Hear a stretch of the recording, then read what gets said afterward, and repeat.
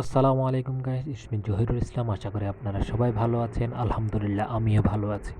আজকে আমি আপনাদের দেখাবো সৌদি আরবে আমি সকাল থেকে রাত পর্যন্ত কি করি। সকাল 6:30টার সময় চলে গেলাম দোকানে, নাস্তা পানি না করে। আমি সৌদি আরবে আসছি 21 দিন হয়েছে, এখনো একটা কাজও পাইনি। সৌদি আরবের ভিসা অ্যাভেলেবেল, কিন্তু কাজ নাই, নাই বললেই চলে। দেশে থাকতেই মনে হয় ভালো ছিলাম, বিদেশে এলে জীবনটাই বেদনা। রুম থেকে বের হয়ে 5 মিনিট হাঁটলে দোকান, দোকান চলে আসছে। এখন দোকান থেকে টাকা নিয়ে নাস্তার জন্য যাব। প্রতিদিন সকালটা আমার এইভাবে চলে যায়। মানুষ বলে বিদেশ আসলে শান্তি, বিদেশ আসলে শান্তি। এখন আমি এসে বুঝতেছি কেমন শান্তি বিদেশে। আমি মনে করি বিদেশ না আসে যে 4-5 লাখ টাকা খরচ করবেন, সেই 4-5 লাখ টাকা দিয়ে একটা ব্যবসা ধরলেই ভালো হয়। সেখান থেকে 20,000 বা 10,000 টাকা ইনকাম করলে ফ্যামিলির সাথে থাকতে পারবে, চলাফেরা করতে পারবে। জীবনে টাকার মূল্য আছে, কিন্তু টাকাই সব না। বিদেশ না এসে দেশে ব্যবসা করেন বা অন্য চাকরি করেন। এখন আপনারা বলতে পারেন, তুই কি লেগেছিস বিদেশ?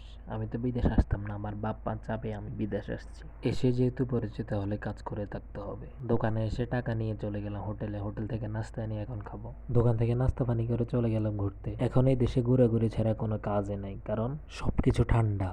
দোকানে বেচা কিনা, চাকরি বাকরি নাই বললেই চলে। আমি মনে করি কিছু টাকা বেশি দিয়ে, কিছু টাকা আরো বেশি খরচ করে মিডল ইস্টের থেকে ইউরোপ যাওয়া ভালো, কাজ পাবেন তবুও। এখন রুমে চলে আসলাম, রুমে চলে খানা বানাইতে হইব, খানা বানাই খাইতে হইব।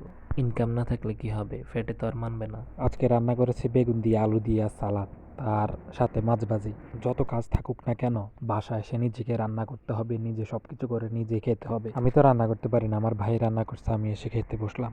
এটা হলো আমার সিট, এখানে এসে খাওয়া দাওয়া করতে বসলাম। এখানে কাজ থাকুক বা না থাকুক, সবকিছু টাইম টু টাইম।